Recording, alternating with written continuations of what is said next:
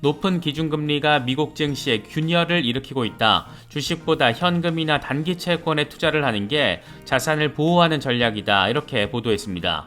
마르코 콜라노빅 JP모건 애널리스트의 경우엔 금리가 지금 수준으로 유지가 된다라면 미국이 어떻게 침체를 피할 수 있을지 확신이 들지 않는다. 증시가 당장 조정을 겪진 않겠지만 S&P 500이 20% 수준의 하락폭을 보일 가능성이 있다라고 전망했습니다. 우리의 관심사는 만에 하나 미국의 경기 침체가 현실화된다라면 비트코인에 어떤 영향을 미치게 될 것인가 하는 부분입니다. 이와 관련해서 펀드 스트레스의 전략가 숀 파렐은 높은 이자율은 비트코인에게 반사 이익을 줄 것이다 라면서 긍정적인 전망을 제시했습니다. 이 양반은 지난 3월 은행 위기 때 비트코인 가격이 상승한 점을 예로 들면서 최근 몇 주 동안 일부 투자자들이 금리 상승에 따른 은행 위기를 염두에 두면서 비트코인을 매수했다라고 설명했습니다. 금리 상승으로 인해서 은행들의 보유 채권 손실로 이어지고 이게 은행 위기로 불거지게 되고 그 대안으로서 비트코인이 나름의 리스크 해칭을 해줄 수 있을 거라는 얘기를 지금 하고 있는 겁니다. 판테라 캐피털의 CEO 댄 모어헤드는 지난 14년 동안 비트코인 가격은 연평균 145% 상승했다. 지난 2년 동안 비트코인 약세는 더 큰 스케일의 성장 추세에서 일시적으로 벗어난 것일 뿐이라고 생각한다. 다시 폭발적인 상승세가 재개되면 연평균 100% 이상의 상승폭을 기록할 것이다. 이런 전망을 제시했습니다.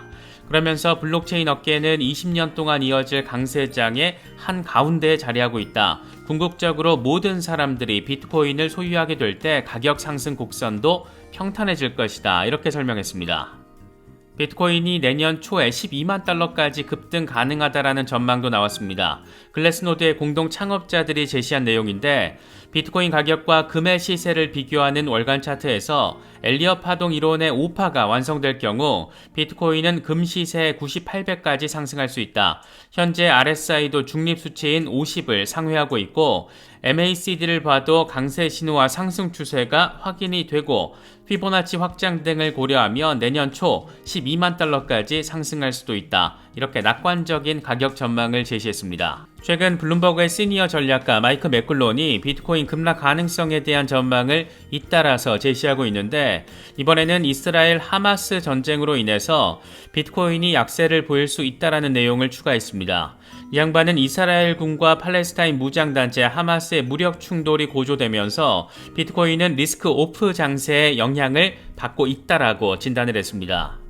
리스크 오프는 시장의 비관론이 커지면서 안전자산으로 자금이 쏠리는 현상을 의미합니다. 미국 국채와 금, 미국 달러에 대한 관심이 높아지고 있는 지금 현재 상황을 이야기하고 있는 겁니다. 이 양반은 그러면서 원유 가격 급등도 유동성을 압박하는 요인 가운데 하나가 될 수 있다라며 비트코인 약세 가능성을 이야기하고 있습니다. 우리가 지금 기대하고 있는 포인트는 리스크 해칭 자산으로서의 비트코인인데 어쩐 일인지 그동안 비트코인과 이더리움에 대해서 강세 전망을 견지해왔던 양반이 최근 지속적인 약세 전망을 이야기하고 있습니다. 암호화폐 분석가 니콜라스 머튼의 경우에도 경기 침체가 장기화될 경우 비트코인 역시 급락 가능성이 있다라는 전망을 제시했습니다. 연준의 매파적인 태도로 인해서 경기 침체가 장기화될 경우 비트코인이 현재 가치에서 46% 급락할 수 있다. 비트코인은 대략 15,000달러에서 17,000달러의 이전 저점으로 다시 하락할 수 있다. 그럴 경우 우리는 이중 바닥 패턴을 보게 될 것이다. 미국 연준이 시장의 유동성을 늘리기 전까지 비트코인 강세장은 보지 못할 것이다. 이렇게 덧붙였습니다. 사실 경기 침체로 인해서 위험자산이 악영향을 받는다라는 것은 일반적인 논리이긴 한데 지금 우리 앞에는 비트코인 현물 ETF 이슈와 비트코인 반감기가 자리하고 있다는 점에서 단순 적용하기는 또 어렵지 않을까 그런 생각이 들기도 합니다. 물론 비트코인 반감기가 된다라고 자동방으로 갑자기 하루 이틀 사이에 비트코인 가격이 폭등하거나 그러진 않을 겁니다. 간혹 초보자분들은 이런 부분을 놓고 혼동하는 경우도 있는데 비트코인은 지난 3번의 반감기를 통해서 반감기 이후 1년 반 정도 뒤에 새로운 고점을 만들어냈습니다. 우리가 2025년 하반기에 비트코인이 새로운 고점을 만들어낼 수도 있을 거라는 기대감을 갖는 것은 이런 역사적인 패턴의 반복성을 기본 전제로 깔고 있습니다. 그럼 역사는 100% 반복이 되는 건가? 물론 그건 아닐 수도 있습니다. 그래서 역사가 반복된다라면 비트코인의 새로운 고점은 2025년 하반기 정도로 예상할 수 있겠지만 문제는 역사는 자동방으로 반복되는 게 아니라는 데 자리하고 있습니다. 이와 관련해서 바이낸스의 CEO 창펑자오도 입을 열었는데 비트코인 반감기가 도래를 해도 다음 날까지 하룻밤 사이 가격이 2배가 오르진 않을 것이다. 비트코인 반감기가 올 때까지 남은 몇 달 동안 이 이슈들을 놓고 말들이 많을 텐데 뉴스, 불안, 기대, 과대 광고, 희망 이런 종류도 다양할 것이다. 일반적으로 반감기가 도래하고 그 다음 연도에 비트코인 가격이 올타임 하이, 사상 최고가를 기록한다. 다만 이건 어떤 인과관계가 입증된 것이 아니고 역사로 미래를 예측할 수는 없다. 이건 3번의 비트코인 반감기를 경험하면서 느낀 부분이다. 이렇게 강조했습니다. 이 시장의 리더 가운데 한 명인 창펑자오 역시 역사가 반복될 수도 있지만 이건 인과관계를 통해서 입증된 것은 아니다. 이렇게 조심스러운 입장을 보이고 있다는 점도 참고하시면 좋을 것 같습니다. 개인적으로는 블랙록이 선수 등판을 선언한 이상 그래도 역사의 반복성을 포착할 수 있지 않을까 이런 기대감을 갖게 되는 것은 꼭 기분 탓만은 아닌 것 같습니다. 이런 가운데 거래소 비트코인 보유율이 2017년 이후 가장 낮은 것으로 나타났습니다. 센티멘트 데이터를 보면 암호화폐 거래소의 비트코인 보유율이 5.68%까지 떨어지면서 2017년 이후 가장 낮은 비중을 보인 것으로 나타났습니다. 10월 7일 기준으로 10,000BTC 넘게 거래소 밖으로 출금이 됐고 이건 9월 7일 이후 가장 많은 일일 출금량으로 확인됐습니다. 통상 거래소 밖으로 비트코인이 빠져나간다는 것은 매도 압력을 낮추는 부분이어서 가격 반등 가능성을 의미하는 것으로 해석되곤 합니다. 특히 최근에는 장기 투자자들을 중심으로 콜드월렛에 직접 보관을 하는 경우가 크게 늘었다는 점도 이 같은 추세적인 현상에 영향을 미친 것으로 바라볼 수도 있습니다. 연준 부의장에 이어서 이번에는 애틀란타 여는 라파엘 보스틱 총재도 추가로 금리를 더 올릴 필요가 없고 경기 침체는 없을 것으로 본다 이런 멘트를 더했습니다. 닐 카시카리 미니애폴리스 여는 총재 역시 미국 경제가 연착륙 궤도에 올라섰다라며 최근 국채 수익률 상승으로 추가 금리 인상 필요성이 줄어들 수 있다라고 말했습니다. CME 페드워치 금리 선물 시장 상황을 보면 11월 금리 동결 가능성은 85% 수준, 12월에도 동결될 가능성은 72% 수준으로 확인되고 있습니다. 시장에서는 사실상 7월 금리 인상을 마지막 인상으로 기대를 하고 있는 건데 문제는 중동 리스크입니다. 중동 리스크가 5차 중동전쟁 양상으로 확대되고 이게 또 장기화된다라면 인플레이션의 관점에서 봤을 때는 당연히 큰 악재가 될 수밖에 없습니다.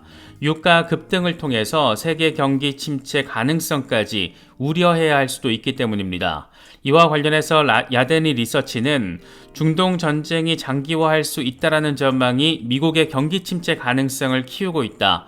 2024년 말 이전에 경기 침체 가능성을 기존 25%에서 30%로 상향했다. 이렇게 밝혔습니다. IMF 역시 비슷한 방향성의 멘트를 제시했는데 피에르 올리비에 고랭샤스 수석 이코노미스트는 중동 상황을 경제적으로 평가하기엔 너무 이르지만 에너지 공급 쇼크를 일으킬 위험이 있다. 유가를 끌어올리고 인플레이션을 부추겨서 성장을 저하시킬 수 있다라고 진단했습니다.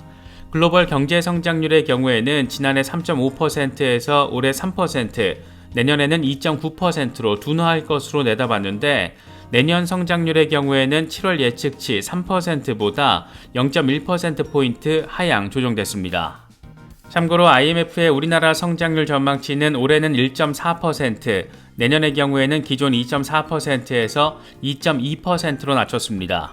고물가의 고금리, 고유가, 여기에 저성장, 저출산, 고령화, 사실 남의 나라 걱정하기에 우리나라 상황이 워낙 개판 5분 전이라서 참 갑갑하게 느껴지기도 합니다. 나름 전설적인 투자자라는 타이틀을 가진 폴 튜더 존스가 이번에도 비트코인에 대해서 긍정적인 전망을 제시했습니다. 이 양반은 우리는 중동 전쟁, 또 우크라이나 전쟁, 미국과 중국의 긴장 등 위협적인 지정학적 환경에서 정말 어려운 시기를 살고 있는데 이런 환경에서 비트코인은 좋은 선택이다. 이렇게 CNBC와의 인터뷰를 통해서 밝혔습니다. 나는 비트코인을 좋아하고 금을 좋아한다. 두 자산 모두 역사적인 경험보다 포트폴리오에서 많은 비중을 차지하게 될 것이다. 이렇게 강조했습니다. 비트코인 현물 ETF와 관련해서는 꽤 의미 있는 소식이 더해졌습니다. 아크인베스트가 비트코인 현물 ETF와 관련해서 SEC와 의견 교환을 진행을 했고 이게 꽤 긍정적인 시그널이라는 겁니다. 블룸버그의 ETF 애널리스트 에릭 발추나스가 밝힌 내용인데 SEC가 몇 주 전 아크에 몇 가지 질의서를 보냈는데 아크가 수정본에 이걸 반영한 걸로 보인다. 수정본은 기존 문서와 비교해서 5장이 더 많지만 업데이트된 내용들은 곳곳에 산재해 있다. 이건 아크가 SEC 의견을 대부분 수용해서 처리했다라는 것을 의미한다. 세부적인 사항들을 조율하기 위해서 아크와 SEC가 여러 차례 의견 교환했을 가능성이 매우 높다. 현물 ETF 승인이 임박했다라고 단언하긴 어렵겠지만 ETF 신청자가 SEC와 의견을 주고받은 것은 매우 긍정적인 시그널이다. 이렇게 설명을 했습니다. 영국계 대형은행인 스탠다드 차타드가 재미있는 내용을 발표했습니다. 이더리움이 2026년까지 8,000달러를 찍을 거라는 그런 내용입니다.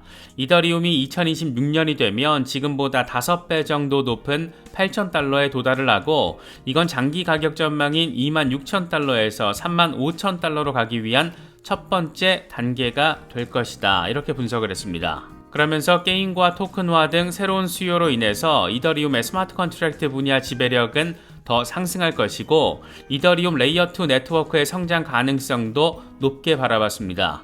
특히 내년 비트코인 반감기는 이더리움을 비롯한 알트코인들의 가격 상승을 견인을 할 것이고 현물 ETF도 비트코인만큼 이더리움의 가격을 끌어올릴 수 있다.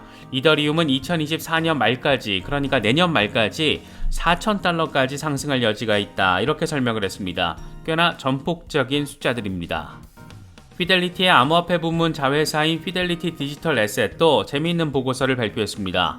이더리움과 솔라나가 네트워크를 확보하고 개발자 기반을 갖춘 훌륭한 블록체인 프로젝트의 표본이다. 이렇게 평가를 했습니다. 암호화폐 프로젝트가 성공하기 위해서는 유능한 개발자가 있어야 하고 핵심 사용자 기반을 유지할 수 있어야 한다. 이런 점에 있어서 이더리움과 솔라나는 단연 앞서가고 있다. 두 프로젝트가 적절한 방향으로 나아간다라면 파생될 수 있는 가치는 많을 것으로 판단된다. 이렇게 긍정적인 분석을 제시했습니다. 요즘 체인링크에 대한 긍정적인 전망들도 꽤나 자주 거론되고 있습니다.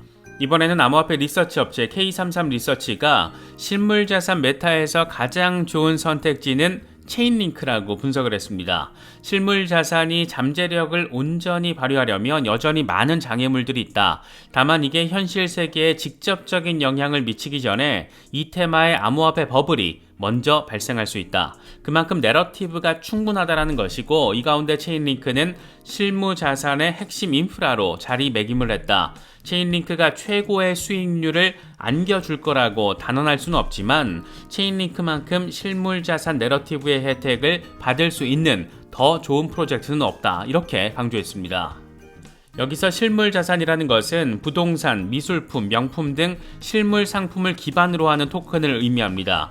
토큰화된 자산이 블록체인에서 거래 가능 대상이 되는 건데 각 블록체인을 안전하게 연결하는 체인링크가 주목받을 수밖에 없다. 이런 얘기를 지금 하고 있다라고 바라볼 수가 있습니다. 현재 비트코인의 흐름과 관련해서 익명의 분석가 렉트캐피탈은 주간 차트 마감 상황이 중요하다라는 점을 강조했습니다. 강세장 지지라인에 해당하는 26,100달러 지지를 확인하지 못할 경우에는 25,800달러 부근까지 후퇴할 수 있다라는 점이 차트에 표시되어 있습니다. 또 다른 분석가 맥스의 경우에는 과거 반감기 때 최고점, 최저점 수익률을 비교를 했는데 1차 반감기 때는 9,300% 랠리 그리고 나서 86% 폭락, 2차 때는 4,307% 랠리 그리고 나서 84% 폭락, 3차 때는 700% 랠리 그리고 나서 77% 폭락, 과연 네 번째 반감기 때는 어떤 흐름을 보일지가 관건인데, 이 양반은 과거 상황을 보면 반감기에 접어들고 몇 달 뒤에 실제 펌핑이 나왔다라는 것을 알 수가 있고, 이제 다음 반감기는 6개월 뒤에 진행이 된다, 이렇게 설명을 했습니다.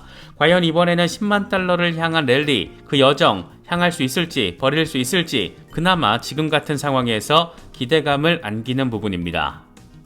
마이클 반데포페의 경우에는 비트코인 생태계로 처음 들어왔을 때처럼 동기부여를 받고 있다. 비트코인은 좀 더 조정을 받을 수도 있겠지만 머지않아서 급격한 랠리가 나올 것이다. 이 같은 관점을 짤막하게 공유하기도 했습니다.